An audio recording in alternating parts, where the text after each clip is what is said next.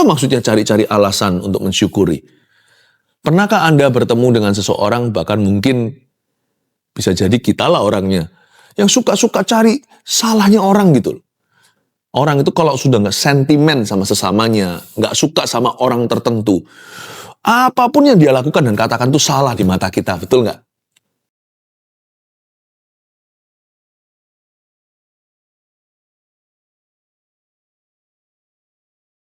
Untuk bersyukur dalam segala perkara dan keadaan. Tidak pedulikan apa yang kami boleh alami hari ini, setiap keluarga Saat Teduh bersama pasti mengalami yang beda-beda. Tapi kami hari ini dalam hadirat-Mu di depan tahta, kami sepakat iman untuk menaikkan ucapan syukur. Apapun yang terjadi, atau apapun yang belum terjadi, kami syukuri bahwa janji-Mu tidak pernah gagal atas kami. Kasih-Mu tidak pernah terbenam atas hidup kami. Terima kasih Tuhan Yesus. Roh Kudus berbicaralah, tanamkan iman, tumbuhkan iman itu dalam hati, dan biarkan ya Tuhan setiap keluarga Saat Teduh yang hamba-Mu cintai ini satu persatu mengalami terobosan dari Yesus Kristus. Sampaikan sabda-Mu, sembunyikan hamba-Mu di balik salib-Mu dalam nama Yesus. Amin. Puji Tuhan. Kita akan belajar firman Tuhan hari ini. Saya berikan judul pilihan-pilihan kecil yang membawa damai. Kenapa pilihan kecil? Semua dimulai dari perkara sederhana. Sebenarnya damai sejahtera itu pun dimulai dari komitmen-komitmen yang simple. Nggak usah kita pikirannya muluk-muluk, apalagi yang di luar takaran iman. Apa yang kita bayangkan itu nggak usah berlebihan. Semua yang mata belum lihat, telinga belum dengar, itu urusan Tuhan. Bagian kita itu bagian yang sederhana. Pilihan hatimu seperti apa hari ini menghadapi setiap situasi? Apakah kita reaksi atau kita meresponi Roh Kudus? Atau apakah kita lebih merasakan problema itu daripada fokus pada janji? Ada pilihan-pilihan kecil yang kita bisa buat dalam hidup ini, dan itu tidak di tangan Tuhan, itu di tangan Anda dan saya. Dan pilihan-pilihan kecil itu yang membahagiakan. Tahukah, happiness is very simple.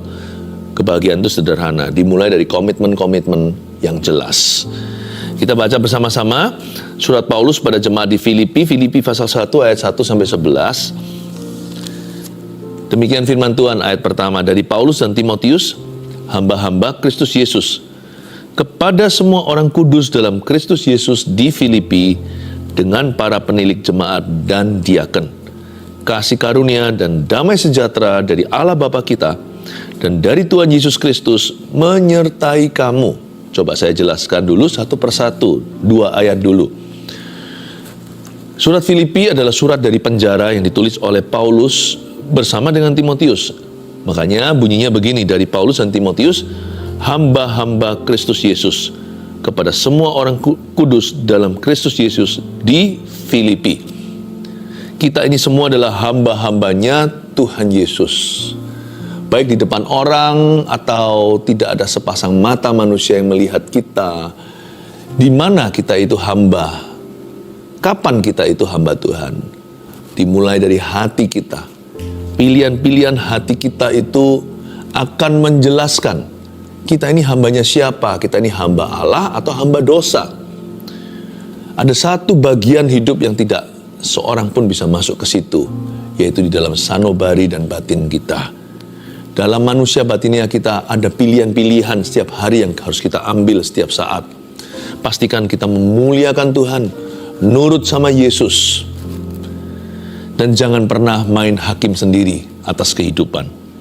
Dari Paulus dan Timotius, mereka sedang di dalam penjara di Filipi. Namun lihat coba dari tulisan mereka, meskipun di penjara yang lembab itu juga gelap, dipasung lengan dan tangan, bahkan kakinya pula. Mungkin di situ ada tikus-tikus berkeliaran dan semua serangga. Tapi Paulus tidak meninggalkan imannya. Demikian pula Timotius. Mereka jaga hati. Mereka pastikan hati mereka itu dipenuhi hadirat Allah. Mereka hanya meresponi juru selamatnya. Mereka tidak terpengaruh dengan keadaan. Orang kalau di penjara, keadaan pasti mempengaruhinya. Tapi Paulus berperang dalam hatinya. No, aku tidak boleh hidup berdasarkan apa yang kulihat. Pengalamanku pun tidak boleh menjadi Tuanku, tapi Tuhanku Yesus Kristus.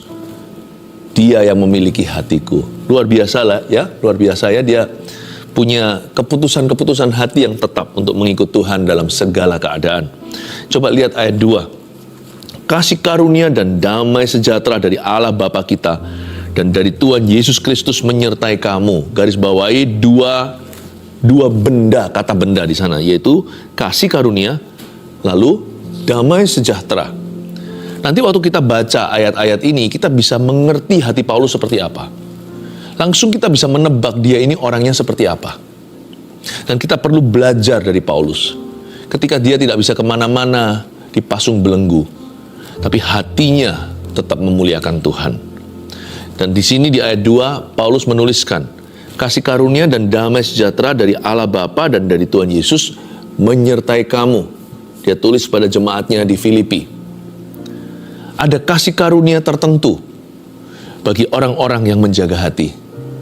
Dan ada damai sejahtera bagi mereka. Kata kasih karunia di sini dalam bahasa Inggrisnya grace, yang artinya anugerah. Anugerah itu sesuatu yang kita nggak layak terima, sesuatu yang bahkan kita tidak bisa menduganya. Anugerah atau kasih karunia itu bahasa simpelnya kado dari Tuhan. Orang itu kalau bersyukur ya, nanti kalau kita lihat ayat 3, aku mengucap syukur dan sebagainya. Orang kalau bersyukur itu pasti terima kado dari Allah. Kado yang saya maksudkan nggak tentu materi ya, tapi yang pasti ada sukacita, minimal itu pasti diberikan. Orang yang bersyukur itu pasti lebih happy daripada orang yang mengeluh. Pasti ada sukacita Tuhan yang tidak bisa dicuri.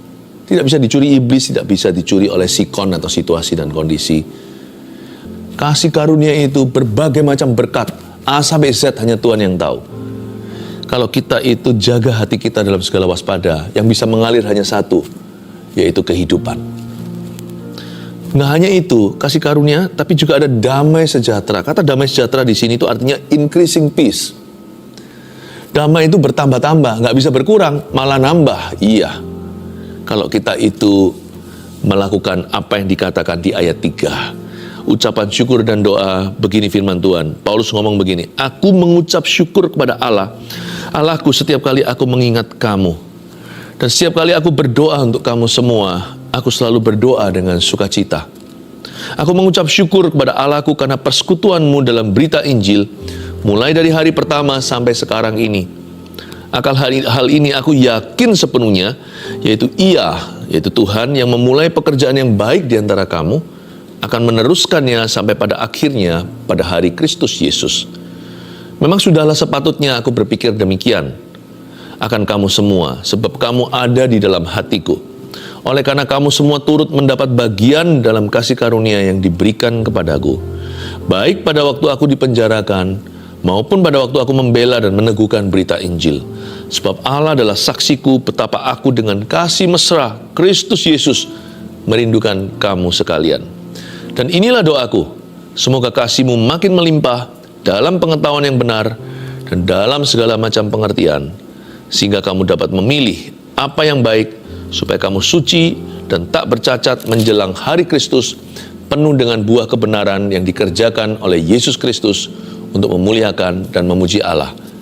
Kita akan baca lagi ayatnya satu persatu lalu saya bahas. Pilihan-pilihan kecil apa ya yang mendatangkan kasih karunia dan damai sejahtera? Pilihan-pilihan sederhana seperti apa yang bisa membuat kita menerima kado-kado yang tak terduga dari Allah? Bahkan peace, damai sejahtera yang kita miliki itu bisa bertambah-tambah, bukan berkurang-kurang. Jangan salah pilih. Hatimu jangan salah meresponi. Pilihan-pilihan apa sebagai berikut? Mari kita lihat ayat 3. Aku mengucap syukur kepada Allahku. Pause, berhenti di sana. Ini dia. Lihat. Paulus itu mengucap syukur. Baca lagi ya. Aku mengucap syukur kepada Allahku setiap kali, nggak pernah gagal, every time. Bukan kadang-kadang atau sesekali, tapi setiap kali aku mengingat kamu. Coba pikirkan. Orang yang paling kita cinta atau orang yang paling mengasihi kita pun, kalau kita ingat-ingat semua baik dan buruknya, pasti ada buruknya juga. Tapi kenapa Paulus berkata, aku mengucap syukur kepada Allah, kepada Allahku setiap kali aku mengingat kamu? Apakah jemaat Filipi itu sempurna? Apakah rekan-rekan sepelayanan Paulus itu nggak pernah berbuat salah? Tapi kenapa yang diingat sama Paulus itu hal-hal yang dia syukuri ya? Ini yang namanya secara sengaja mengumpulkan sweet memory. Makanya itu kesalahan orang lain jangan diingat-ingat. Perkara-perkara negatif dalam hidup ini loh, jangan diungkit-ungkit. Kecuali untuk alasan evaluasi, nah itu boleh.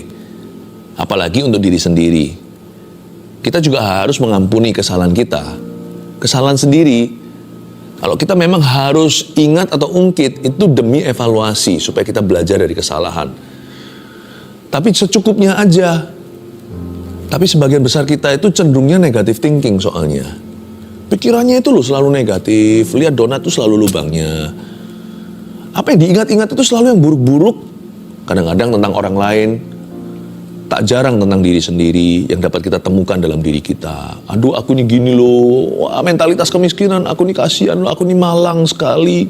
Aku ini gak punya apa-apa, bisnis gak pernah berhasil, keluarga aku juga gak bahagia, lalu iri hati. Waduh, kalau ditambah dengan iri, udah jadi basi. Gak seperti itu ya, beruntung ya dia punya orang tua kayak gitu. Gak seperti dia ya, beruntung ya suaminya baik. Aduh, orang itu ya punya segala-galanya, lihat itu mobil baru. Awal-awal orang bisa berbelas kasihan dengan Anda. Lama-lama orang bisa mikir ya, loh kok begitu ya? Lama-lama orang bisa lihat sendiri, ternyata problema itu gak di luarnya. Problema itu ada di dalam diri kita. Setiap kali Paulus ingat jemaat di Filipi, gerejanya, rekan-rekan pelayanannya, teman-teman, handai taulan, dia tidak mengingat yang buruk-buruk tentang mereka. Makanya aku mengucap syukur kepada Allahku tiap kali loh ya, disiplin tinggi, jaga pikirannya. Dia itu secara konsisten. Yang penting itu konsistensi. Bukan positive thinking, tapi semua yang baik, semua yang mulia, adil, kudus, dan manis. Pikirkan semua itu. Aku mengucap syukur pada Allahku setiap kali aku mengingat kamu. Seolah-olah Paulus itu orang yang suka cari-cari alasan untuk bersyukur. Apa maksudnya cari-cari alasan untuk mensyukuri? Pernahkah Anda bertemu dengan seseorang, bahkan mungkin bisa jadi kitalah orangnya, yang suka-suka cari salahnya orang gitu. Orang itu kalau sudah nggak sentimen sama sesamanya, nggak suka sama orang tertentu, apapun yang dia lakukan dan katakan itu salah di mata kita, betul nggak? Ada aja loh yang kita celah. Selalu ketemu kurangnya. Seputih-putih apapun bajunya, mesti ketemu itu ada dot-dotnya, masih ada kotorannya, ada debunya. Mata manusia itu jeli kalau soal negativitas. Kalau perkara-perkara yang miring itu kita itu sering. Wah, kita itu lama-lama menjadi haters of life, pembenci kehidupan. Alkitab tidak ajari kita positive thinking, ajari kita godly thinking. Itu beda loh, bukan cuma positif saja, tapi berpikiran seperti Tuhan. Tuhan itu gak pernah cari masalah sama kita. Tuhan itu malah justru mau selesaikan masalah kita bersama kita. Aku mengucap syukur kepada Allahku setiap kali. Saya skeptis, gak mungkin ini terjadi secara alami. Pasti Paulus lawan arus. Aku mengucap syukur kepada Allahku setiap kali aku mengingat kamu. Kalau mau diingat-ingat sungguhan, pasti ketemu sesuatu yang patut kita keluhkan. Tapi Paulus melawan. Dia berkata, tidak.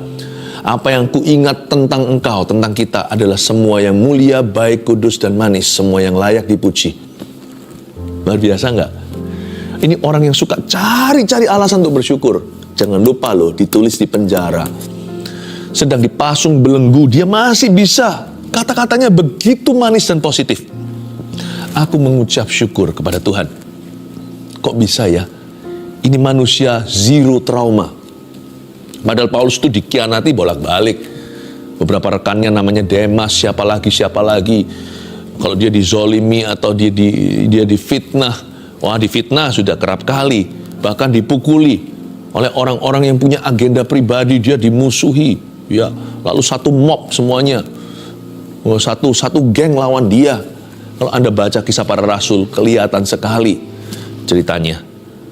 Tapi dia berkata, aku tidak mau ingat-ingat hal-hal itu. Aku mau ingat hal-hal yang patut kusyukuri di hadapan Tuhan. Bahkan hal-hal yang dianggap negatif itu pun masih bisa kusyukuri loh. Gara-gara itu aku jadi tekun, aku jadi tabah. Kok bisa ya? Apapun negatif lemparkan ke dia, jadi produk. Kotoran pun dilemparkan ke dia pun jadi pupuk. Kok bisa ya? Saya kagum sama Paulus. Mau pakai negatif, senjata yang paling negatif, senjata negatif yang paling mutakhir, sampai ke Paulus panah-panah itu tidak mempan. Siap senjata ditempa melawan dia tidak berhasil, malah jadikan peluru keberhasilannya. Dia dianiaya, dia bisa berkata, aku dianggap layak untuk menerima kehormatan ini, dianiaya karena Kristus. Paulus ngomong begitu, demikian pula rasul yang lain seperti Petrus. Apapun yang buruk, apapun yang malang, apapun yang menyedihkan, apapun yang berupa kutuk, semua diubah jadi berkat. Dan Paulus bisa mendapatkan berkat dari semuanya itu. Ini membuat saya menjadi semakin murni. Penderitaan membuatku semakin dekat dengan Tuhan. Wow, ini orang yang memang sudah tekad hatinya cari-cari, bukan masalah, cari-cari cara untuk bersyukur. Apapun selalu dia bisa temukan butir-butir dan bulir-bulir syukur yang baru. Kalau kita bisa hidup kayak gini, hidup kita akan mengalami increasing peace, akan mengalami kasih karunia, kado-kado dari Allah, dan mengalami damai sejahtera yang bertambah. Ini rahasia awet muda. Ini rahasia bahagia. Bahagia itu bukan memiliki materi lebih banyak lagi. Bahagia itu apapun yang kau miliki, sedikit atau banyak, apapun yang Anda punya, kalau Anda bisa syukuri secara maksimal, nikmatnya luar biasa. Rahasianya di sini. Aku mengucap syukur kepada Allahku setiap kali. Dan setiap kali aku berdoa untuk kamu semua, ayat 4, aku selalu berdoa dengan sukacita. Doa Paulus itu bukan ngeluh, merengek-rengek, protes-protes sama Tuhan, bantah-bantah, marah-marah, kecewa, seperti banyak kita kalau doa kan kayak gitu modelnya. Tapi Paulus tidak demikian. Setiap kali aku berdoa untuk kamu semua, aku selalu, tidak kadang-kadang, berdoa dengan sukacita. I always pray with joy. Luar biasa. Aku mengucap syukur kepada Allahku karena persekutuanmu dalam berita Injil mulai dari hari pertama sampai sekarang ini. Salah satu alasan yang dia syukuri adalah kesetiaan jemaat. Mereka bersama Paulus sejak hari pertama Injil diberitakan kepada mereka. Apakah tidak ada jemaatnya yang mundur? Ada. Di Filipi juga ada satu orang yang dilepaskan, seorang hamba perempuan yang punya roh tenung itu. Bukannya seluruh majikannya, company-nya itu berterima kasih. Ini orang kesurupan dibebaskan. Malah justru dipenjarakan. Paulus kalau mau pikirkan yang jelek-jeleknya ya ada lah. Tapi dia memilih untuk syukuri mereka yang setia. Dia tidak marah dan kecewa sama yang pergi.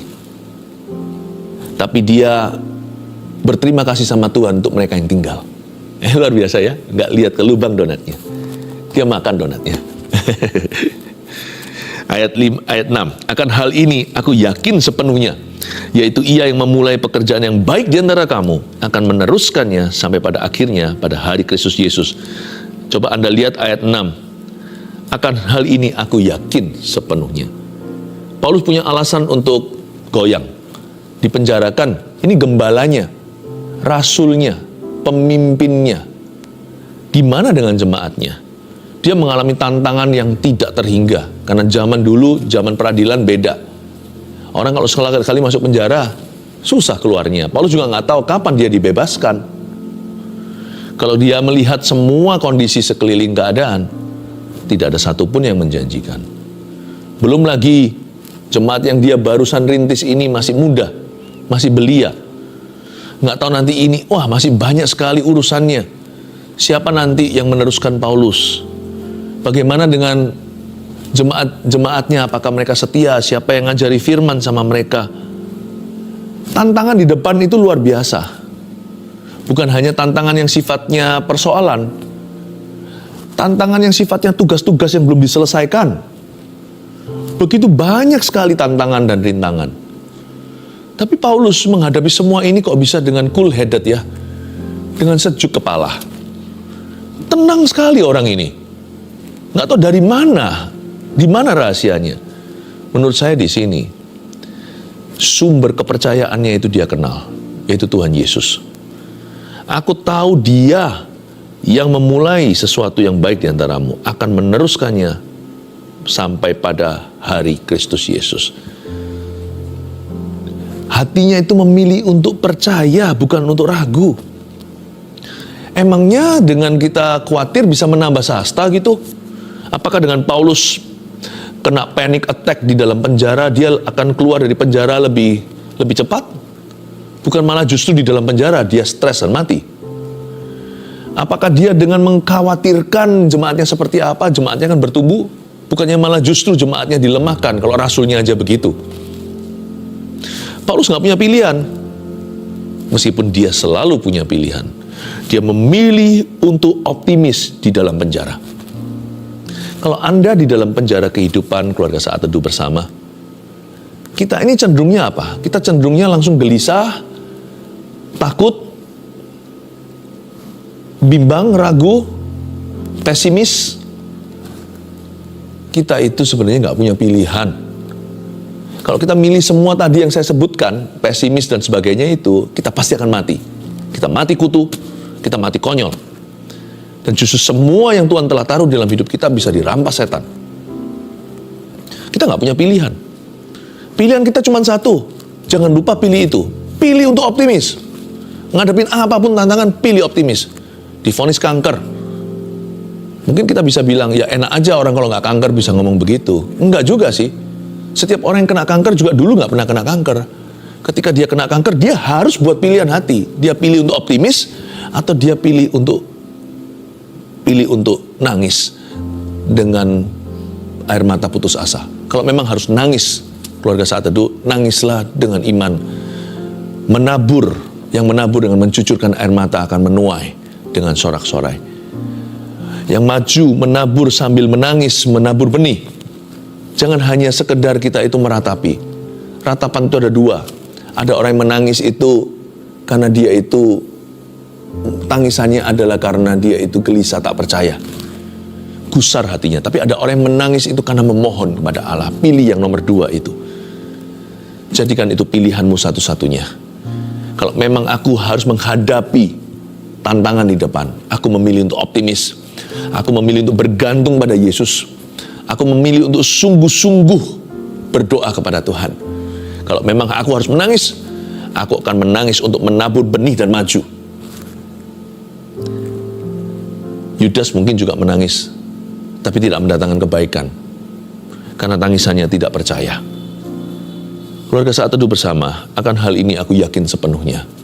Pilihlah untuk optimis sewaktu kita menghadapi tantangan, oke? Yang ketujuh, coba lihat, memang sudah sepatutnya aku berpikir demikian akan kamu semua, sebab kamu ada di dalam hatiku, oleh karena kamu semua turut mendapat bagian dalam kasih karunia yang diberikan kepadaku, baik pada waktu aku dipenjarakan maupun pada waktu aku membela dan meneguhkan berita Injil. Ayat 7 ini bagus sekali. Kalimat pertama saja, memang sudah sepatutnya aku berpikir demikian. Paulus mengatakan, memangnya ada berapa jalur pikiran yang bisa kutempuh di sini? Hanya satu. Sudah sepatutnya aku berpikir begini. Aku percaya Tuhan akan menyelesaikannya untukku. Dan kalian, Tuhan, Paulus berbicara tentang pada jemaatnya, kamu semua yang juga ada dalam hatiku, turut mendapat bagian dari kasih karunia yang Tuhan berikan kepada saya. Kita akan bersama-sama ya, melakukan bagian kita. Wah, ini suara seorang pemimpin yang mendorong jemaatnya untuk percaya dan untuk yakin. Kalau Anda punya pilihan, percaya atau ragu, pilih mana? Pilih percaya. Kalau Anda punya pilihan, yakin atau bimbang, pilih mana? Pilih yakin. Kalau Anda punya pilihan optimis atau pesimis, jangan lupa kita ini orang Kristen, berarti kita ini umat beriman. Kita ini orang percaya, firman Tuhan berkata kita itu believers, orang-orang percaya. Dan pilihlah optimis kalau begitu, karena pesimis bukan jalur hidup kita. Sebab Allah adalah saksiku bahwa aku dengan kasih mesra Kristus Yesus merindukan kamu sekalian. Belum lagi Paulus itu sifatnya manis. Dalam penjara dia nggak kepahitan. Pilihan hatinya itu loh, luar biasa. Ini kenapa Paulus itu tidak pernah kehilangan damai. Karena dia tidak kecolongan pilihan-pilihan kecil dalam hidupnya. Ayat yang ke-9. Dan inilah doaku. Semoga kasihmu makin melimpah dalam pengetahuan yang benar dan dalam segala macam pengertian. I love this. Dan inilah doaku. Jadi Paulus itu selalu memilih untuk berdoa dalam segala perkara. He's a man of prayer. Apa-apa doa. Mulai sesuatu doa dulu. Setelah menyelesaikannya, berdoa kemudian. Paulus ini membangun hidupnya di atas dasar mesbah doa. Seringkali kita mengucapkan suatu kalimat yang klise atau klasik sekali didengarkan. Doa adalah nafas hidup orang Kristen. Tapi de facto faktanya, dalam realita, itu tidak dilakukan oleh banyak anak Tuhan. Apakah itu doa adalah nafas hidup? Bagaimana kita bisa mengatakan doa adalah nafas hidup kita, kita jarang berdoa? Tapi Paulus tidak begitu. Dia isi hidupnya dengan doa. Di penjara pun dia tetap berdoa. Dan dia berdoa di ayat 10, sehingga kamu dapat memilih apa yang baik. Garis bawahi, sehingga kamu dapat memilih, supaya kamu suci dan tak bercacat menjelang hari Kristus, penuh dengan buah kebenaran yang dikerjakan oleh Yesus Kristus untuk memuliakan dan memuji Allah. Paulus itu berdoa dulu dalam segala sesuatu. Dan kalau dia bisa berdoa, dia sudah menang. Karena orang yang berdoa sudah menyerahkan hidupnya ke tangan Allah. Tantangan terbesar waktu kita dihimpit masalah adalah kita itu tidak bisa berdoa. Pada waktu kita merasa tidak ingin berdoa, pilihlah untuk berdoa. Sebab pilihan ini akan membawa damai. Tidak berdoa justru akan kehilangan damai. Dan orang karena Paulus sudah bisa menjaga hati bersyukur dulu. Keputusan-keputusan hati sudah dia serahkan ke Tuhan Yesus. Keputusan hidup jadi gampang diserahkan. Kalau orang sudah bisa bersyukur dalam segala keadaan, kalau orang bisa optimis menghadapi tantangan, gampang untuk menyerahkan keputusan-keputusan kehidupan ke dalam tangan Tuhan. Kenapa banyak di antara kita keputusan hidup kita itu salah kaprah? Kita tuh membuat banyak kesalahan dalam pengambilan keputusan. Kenapa? Karena hati kita nggak diserahkan. Pilihan kecil itulah bukan hanya membawa damai, dia melatih kita untuk setia dalam pilihan-pilihan besar nantinya. Paulus itu bisa jaga hati bersyukur. Dan Paulus memilih untuk optimis. Nggak heran belenggu pun tidak bisa menghalanginya untuk berdoa. Dan dari Filipi ini di penjara, dia membuat keputusan-keputusan yang hebat seterusnya. Kita tahu ceritanya di Kisah Para Rasul, paralel dari surat-suratnya, itu biografinya. Kita melihat bagaimana keputusan-keputusannya itu memuliakan Tuhan. Nggak heran. Karena keputusan satu, dia tidak bolong di situ. Dia bersyukur dulu dalam segala perkara. 3 poin ini, tolong Anda catat. Dan ingatlah, dalam 3 hal ini, pilihan kecil kita, pastikan kita buat yang benar. Yang pertama, memilih untuk bersyukur dalam segala keadaan. Itu pilihan kecil pertama, latih dirimu beribadah. 2, memilih untuk optimis waktu menghadapi tantangan. Kalau kita diperhadapkan dengan pilihan optimis atau pesimis, Anda tahu jawabannya. 3, memilih untuk berdoa dulu sebelum mengambil keputusan. Ternyata tidak banyak anak Tuhan yang punya disiplin ini. Sebelum membuat keputusan besar, doa dulu. Kebanyakan kita hanya bergantung pada pengertian manusia atau pada hikmat sendiri. Mari kita bertobat dari kesalahan itu. Pilihlah untuk berdoa sebelum melakukan segala sesuatu atau memutuskan apa-apa. Tiga pilihan hati ini, tolong pegang erat-erat di dalam dada dan mulai jadikan gaya hidup kita setiap hari, siang dan malam. Terpujilah nama Tuhan. Terimalah berkat dari Allah Bapa, kasih karunia dari Tuhan Yesus, pengurapan dari Allah Roh Kudus menyertai setiap keluarga saat teduh bersama tercinta terkasih. Dalam Yesus Kristus Tuhan, mari kita bersyukur. Haleluya. Amin.